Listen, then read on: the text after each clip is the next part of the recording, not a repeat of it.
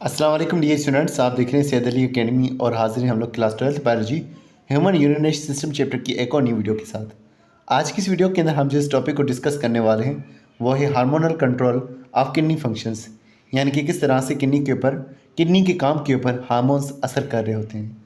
अगर हमारी बॉडी चाहती है कि वाटर बचा रहे तो उस दौरान किडनीज एक हार्मोन को प्रोड्यूस करती है, जिसके नतीजे के अंदर हमारी बॉडी के अंदर हाइपरटोनिक यूरिन बनता है, यानी कि ऐसा यूरिन जिसके अंदर पानी की तादाद बहुत कम होती है ताकि पानी हमारी बॉडी में बचा रह सके। इसी तरह से अगर हमारी बॉडी में पानी ज़्यादा हो तो किडनीज उस हार्मोन को कम सीक्रेट करती हैं, जिस वजह से जो यूरिन बनेगा वो हाइपोटोनिक होगा, यानी कि बहुत सारा तादाद वाटर का यूरिन के साथ लॉस हो जाएगा। इस तरह से हमारी बॉडी वाटर को मेंटेन करती है। तो सबसे पहले जिस हार्मोन का जिक्र है वो है anti diuretic hormone. Anti diuretic का मतलब है जो डायूरेटिक ना हो, यानी कि जो यूरिन के लॉस होने को रोकता हो। तो एंटी यानी अपोजिट है। किसके अपोजिट है? डायूरेटिक के, यानी कि लॉस ऑफ यूरिन के, यानी कि एक ऐसा हार्मोन जो कि आने की वजह से यूरिन कम जो है रिलीज होने वाला है। तो एंटी डायूरेटिक हार्मोन वाटर की कंजर्वेशन में हेल्पफुल होता है। हाइपोथैलेमस इसको प्रोड्यूस करता है, उसके बाद पिट्यूटरी ग्लैंड के पास चला जाता है, पोस्टीरियर पिट्यूटरी ग्लैंड के पास। पोस्टीरियर पिट्यूटरी ग्लैंड के पास एक और हार्मोन होता है जिसे ऑक्सीटोसिन कहा जाता है, जो कि हाइपोथैलेमस का ही प्रोड्यूस किया हुआ होता है। तो दो हार्मोन पोस्टीरियर पिट्यूटरी ग्लैंड के पास मौजूद होते हैं। तो सीक्रेट करना पोस्टीरियर पिट्यूटरी ग्लैंड का काम होगा, लेकिन प्रोड्यूस करना हाइपोथैलेमस का काम होगा। तो अगर हमारी बॉडी डिहाइड्रेटेड हो चुकी हो, यानी हमारी बॉडी के अंदर कम जो है पानी मौजूद हो, या हमारी बॉडी के अंदर साल्ट ज़्यादा आ चुका हो, अगर साल्ट की कंसंट्रेशन इंक्रीज़ हो रही है, साल्ट की कंसंट्रेशन तभी इंक्रीज़ होगी जब पानी का अमाउंट कम होगा। तो ऑस्मो रिसेप्टर्स मौजूद होंगे हाइपोथैलेमस के पास, जो कि इस चीज़ को डिटेक्ट करेंगे कि हमारी बॉडी में अब साल्ट ज़रूरत से ज़्यादा हो चुका है, यानी पानी की कमी हो चुकी है। तो उस सूरत के अंदर हाइपोथैलेमस पोस्टीरियर पिट्यूटरी ग्लैंड के पास सिग्नल्स भेजेगा, जिस वजह से हमें प्यास का एहसास होगा। जब प्यास का एहसास होगा तो उस सूरत के अंदर हमारी बॉडी पानी को पी करके पानी की कमी को पूरा कर सकती है। या फिर एक और रेस्पॉन्स होगा एडीएच का रिलीज़ होना।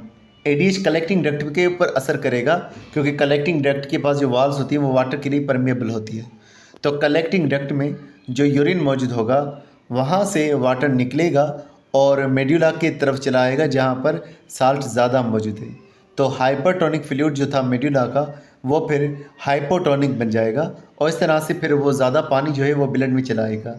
इस तरह से क्योंकि मेड्यूला में पानी पहुंचा है, कलेक्टिंग डक्ट से निकला है, तो जो यूरिन बनेगा वो कंसनट्रेटेड होगा, जिसके अंदर पानी कम मौजूद होगा, क्योंकि पानी मेड्यूला से होकर के फिर ब्लड में आ चुका है।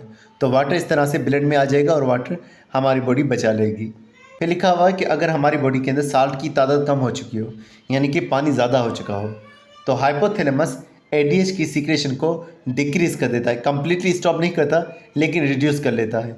और कलेक्टिंग डक्ट जो है वो भी परमेबल वाटर के लिए अब नहीं रहेंगी। इस तरह से कम वाटर जो है एब्जॉर्ब होगा, और इस तरह से यूरिन जो बनेगा वो डाइल्यूट यूरिन होगा, और इस तरह से ब्लड वॉल्यूम जो है वो भी डिक्रीज़ हो जाएगा, और ब्लड प्रेशर जो है वो भी डिक्रीज़ हो जाएगा।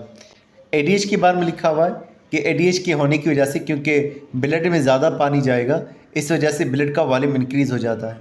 और उसके अलावा एडीएच जो है वो ब्लड वेसल्स को भी कॉन्स्ट्रक्ट करता है, यानी कि नैरो करता है। इस वजह से ब्लड प्रेशर भी इंक्रीज़ होता है। तो इसे वेसोप्रेसिन भी कहा जाता है, क्योंकि ये वेजल्स को प्रेस करता है, कंस्ट्रक्ट करता है। इस तरह से ब्लड प्रेशर इंक्रीज़ होता है। लेकिन अगर एडीएच नहीं होगा तो ब्लड वेसल्स प्रेस नहीं होगी, ब्लड प्रेशर डिक्रीज़ हो जाएगा, और वाटर भी नहीं आएगा तो ब्लड वॉल्यूम भी डिक्रीज़ हो जाएगा। अगर एक इंसान के अंदर प्रॉपर वे में एडीएच प्रोड्यूस नहीं हो रहा, तो इस वजह से बॉडी में से बहुत सारा पानी जो है वो लॉस होता रहे। इस कंडीशन को डायबिटीज़ इंसिपिडस कहा जाता है। एक ऐसी कंडीशन जिसके अंदर बॉडी में बहुत सारा पानी जो है वो लॉस हो रहा हो। इस तरह से हमारी बॉडी डिहाइड्रेटेड रहेगी और हमारा ब्लड प्रेशर भी डिक्रीज़ हो जाएगा। अब हम बात करते हैं एक और हार्मोन के बारे में, जिसका नाम है अल्डोस्टेरोन। अल्डोस्टेरोन जो है वो सोडियम और पोटाशियम को रेगुलेट कर रहा होता है। अगर हमारी बॉडी के अंदर सोडियम कम हो चुका है तो ये सोडियम को बढ़ाएगा, और इसी तरह से अगर हमारे ब्लड के अंदर जो पोटाशियम है वो ज़्यादा हो चुका है तो वो उसे डिक्रीज़ करने का काम करेगा। ये कहाँ से प्रोड्यूस होता है? ये एड्रिनल ग्लैंड से प्रोड्यूस होता है, और एड्रिनल ग्लैंड के भी दो हिस्से होते हैं। एड्रिनल ग्लैंड किडनी के ऊपर मौजूद होता है। एड्रिनल ग्लैंड का जो बाहरा हिस्सा होता है जिसे एड्रिनल कॉर्टेक्स कहा जाता है, तो ये एड्रिनल कॉर्टेक्स में से प्रोड्यूस हो रहा होता है। अल्डोस्टेरोन तब प्रोड्यूस होगा जब ब्लड प्रेशर डिक्रीज़ हो चुका होगा या सोडियम का लेवल ब्लड के अंदर कम हो चुका होगा। तो ये कलेक्टिंग डक्ट और डिस्टल कॉन्वोल्यूटेड ट्यूबल पर असर करता है और इससे अल्डोस्टेरोन के आने की वजह से यूरिन में से सोडियम एब्जॉर्ब करके ब्लड को पहुंचाया जाएगा, जिस वजह से ब्लड के अंदर हाई कंसंट्रेशन सोडियम की हो जाएगी। अब जब सोडियम का ज़्यादा अमाउंट आ जाएगा, सोडियम के पीछे जो है वाटर भी चला आता है, इस वजह से वाटर का तादाद भी ब्लड के अंदर ज़्यादा हो जाएगा।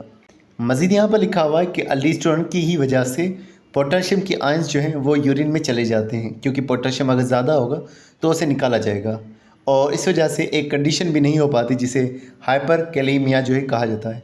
हाइपरकैलेमिया एक ऐसी कंडीशन होती है जिसका मतलब पोटेशियम का अमाउंट ब्लड के अंदर ज़्यादा हो जाना। तो अगर अल्डोस्टेरोन रिलीज़ होता रहेगा तो पोटेशियम भी जो है वो चला जाएंगे यूरिन के अंदर। अगर पोटेशियम ज़्यादा होंगे, हाइपरकैलेमिया रहेगी, तो इसकी वजह से एक मसला हो सकता है। अगर ब्लड के अंदर पोटेशियम का अमाउंट बहुत ज़्यादा होगा तो एक कंडीशन हो सकती है जो काफ़ी डेंजरस होगी, जिसे कार्डियक अरिथमियास जो है कहा जा सकता है। अरिथमियास एक ऐसी कंडीशन होगी जिसके अंदर जो हार्ट की मूवमेंट होती है वो प्रॉपर नहीं हो पाती, क्योंकि हार्ट की मूवमेंट इलेक्ट्रिकल एक्टिविटीज़ पर डिपेंड करती हैं और उस इलेक्ट्रिकल एक्टिविटीज़ के लिए पोटेशियम का एक प्रॉपर अमाउंट चाहिए जो कि ज़्यादा नहीं होना चाहिए। और पोटेशियम की ज़्यादा अमाउंट होने की वजह से हार्ट के अंदर जो मूवमेंट होगी वो इरेगुलर होंगी, इस वजह से हमारी हार्ट ठीक से काम नहीं कर पाएगी। लास्ट के अंदर डियर स्टूडेंट्स, एक ये वाला जो पैराग्राफ दिया हुआ है इसके अंदर कैपिलरी बेड का जिक्र किया जा रहा है, जो कि एमडी किट के अंदर भी मौजूद था कि हमारे पास दो तरह के कैपिलरी बेड्स किडनीज़ में मौजूद होते हैं। एक को ग्लोमेरुलर कैपिलरीज कहते हैं और एक को पेरीट्यूबुलर कैपिलरीज कह रहे होते हैं। ग्लोमेरुलर कैपिलरीज जो होती है बोमेस कैप्सूल में मौजूद होती हैं। इनका काम फिल्ट्रेशन कराना होता है और इनमें बहुत ज़्यादा ब्लड प्रेशर होता है, जिसकी वजह से काफ़ी सारा अमाउंट ब्लड में से निकल करके नेफ्रॉन में चला आता है।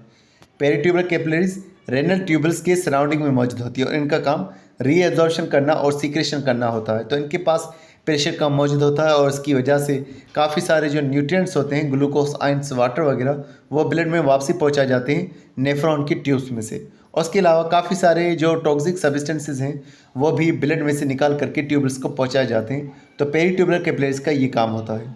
तो डियर स्टूडेंट्स, आज के बस इतना ही था। उम्मीद करता हूँ ये वीडियो आपको पसंद आई होगी।